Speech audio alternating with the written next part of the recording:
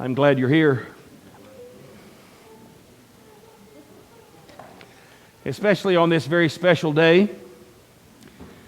This is Father's Day, and it's a day that I take very seriously. I think there's a lot of reasons for that. Some of you know my story, and you know that I have a complicated relationship with my dad. And my dad last year reposed. He died last year. And I have been fascinated just from a psychological, and you got to forgive me, gang. I took psychology in undergraduate work, and then I took a lot of counseling classes in graduate work too. And I just think that way. It's horrible. But I do. I think that way. But I've been kind of fascinated. I've been able to kind of step back and look at my own grief process about my dad. Dad was pretty much out of my life when I was 9 years old. Dad had his own particular struggles with his life, but he really tried to mend his life there towards the end. And to the point where when I was 14 years old, I came to live with my dad, with my mom and my stepmother and my stepbrother and my younger brother Greg. We were all living in Orlando, Florida. And so when I turned 14, I left that place and came to live with my dad. And he was living in an apartment underneath the church where I grew up. He was living in the church apartment. And so I moved in with him with a church apartment. We had one little bedroom that he slept in, and I slept on a cot out in the kitchen. And I remember, the one thing I remember about that little apartment was, man, there wasn't no water pressure at all in the shower. I mean, there just wasn't none. It's frustrating. You had to work to get wet in there. It was just standing up there. This little misty thing that came out. It was almost like it was insulting me. Felt like I was sweating rather than taking a shower. It was horrible. But anyway, I grew up in that way, when I was 14 years old, and went to a private Christian school right there on the church grounds, and it was an amazing time in my life. And yet, even with that, the complicated relationship that I had with my father continued, off and on. There are things that I have always admired and loved about my dad, and then there are a lot of things that I just frankly don't know about him, because he was never really that much involved in my life for a long period of time, just now and again. To the point that it has been, I feel like I'm on Oprah today. It has been a challenge for me to be able to gauge clearly if I'm being a good father to my own children. One of the things that I really committed to do is, by heavens, I'm going to stick around. That's just all there is to it. I'm going to be involved in my kids' life. They're going to know who their daddy is. And I think I've done that. I've got, yes? Amen? Oh, yay, plus. Good. So, I think I've really worked hard on that. But then I began to think of something else that's very complicated. You see, dear ones, we call God Father in the Orthodox Church.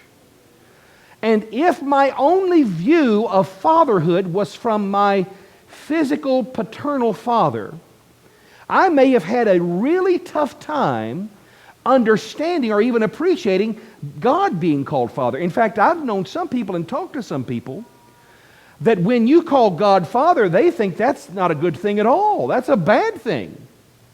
They don't have any respect for fatherhood because of their own father, and they didn't have a lot of male role models in their life. Now, I was very blessed to have lots of male role models in my life. My pastor of the church that I grew up in, Brother Holder, when my mom and dad divorced, Brother Holder was in the driveway of my house on every Sunday morning to pick me up to bring me to church. When mom and dad had quit going to church, Brother Holder was there to take me to church, and I was there early on. So there was a stick-to-it, a role model of faithfulness in front of me. And men throughout my life have provided that over and over again. But I don't believe it's a mistake, brothers and sisters, that I ended up in a church where the priest is called Father. I think that makes perfect sense. In fact, I saw a great diagram this week about fatherhood, and it contrasted. You ever seen the Venn, I hope I'm saying this right? Venn diagrams, the circles, and wherever all the circles intersect, that's what you should really look at. Is that right? A Venn diagram? Is that right? Okay. So in one circle was a young man's dreams. In another circle was a child's forgiveness, and in the last circle was an old man's regrets. And so every place where those intersected, that's father. Because the older I get, the more I figure out, you know what? I got more time behind me than I do in front of me. I just do. And if I'm going to be a good father, if I'm going to be a good anything, I better get to it. Because no matter how much I live or how long I live, I guarantee you there are going to be times I'm going to look back in my life and I'm going to see regrets. So the question that I have to ask you this morning is this, on this Father's Day.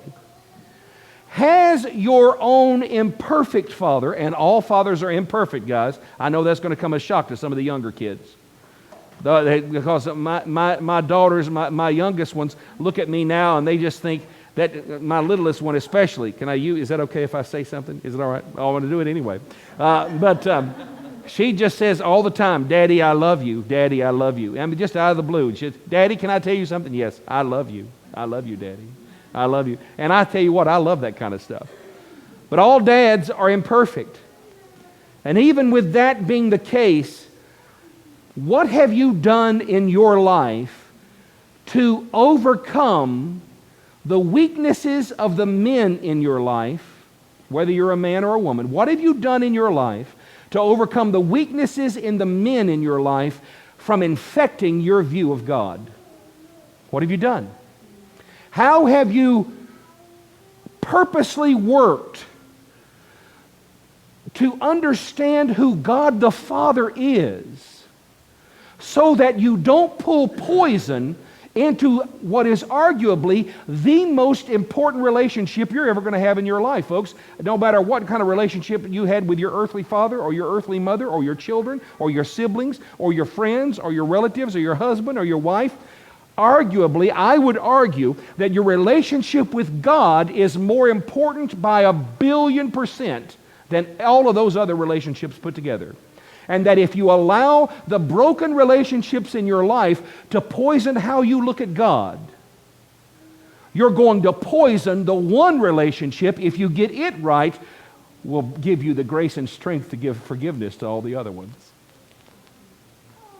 And the freedom and the power that will grant you in your adult life to let go of anger and bitterness and fear and allow you to live free. Because, gang, here's a newsflash.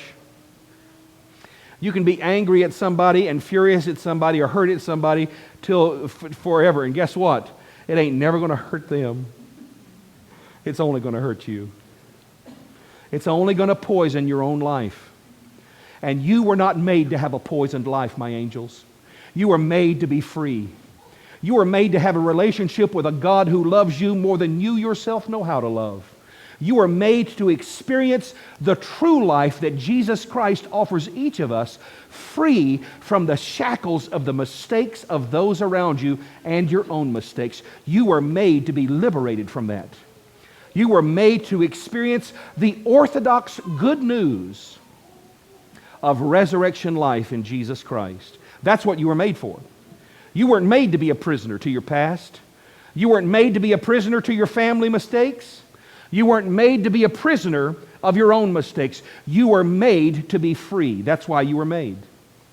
And you're never going to be free if you allow that poison from your past to pollute your present and your future. No wonder in our gospel lesson today, Jesus Christ comes up to some men and he says to them, "Follow me." I love this word in the original language. I love the word in the original language that is translated immediately. It means exactly that.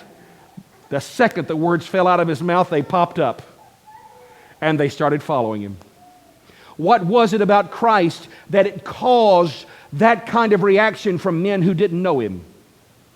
Brothers and sisters, I'm convinced it's the very thing that God the Father is offering you today, if you'll just only hear it. What's keeping you from popping up and following Jesus Christ? What's stopping you from actually practicing the Orthodox faith, not as a spectator, not as a now and again visitor, not as someone who has orthodoxy as nothing much more than a decoration to your life, but an actual lifestyle that shapes how you live. A friend of mine was sharing with me a statistic that frankly bothered me a great deal. It still bothers me. The Pew Research just came out with a statistic that said that only 64% of evangelical Protestants allow their faith to determine how they live their lives, how they make their choices in life. They had a statistic for the Orthodox too. Of those identifying as Orthodox Christians, only 24% said that their faith determined how they lived their lives. Only 24%. Brothers and sisters, if we're going to leave healthy children in our wake, if we're going to leave healthy daughters and sons, we're going to have to do something about that statistic. We're going to have to leave, especially we men. We men are going to have to leave a better legacy for our children to follow, to take away as many obstacles as we possibly can from them seeing God the Father in a poor light. Because most of us, brothers and sisters, are going to incarnate and shape our children's view of who God is, not by our words so much as our actions. This morning, on this Father's Day, are you a man or a woman with courage that can hear the call of Jesus Christ on your life this morning in this place, and then have the courage to respond immediately so that your children will not have the obstacles of following Christ that you may have had in your own life? On this Father's Day, my precious friends, especially you men, we need you. And we need you as more than spectators. We need you as more than happenstance in this practicing of the Orthodox faith. Can I tell you one quick story? Broke my heart.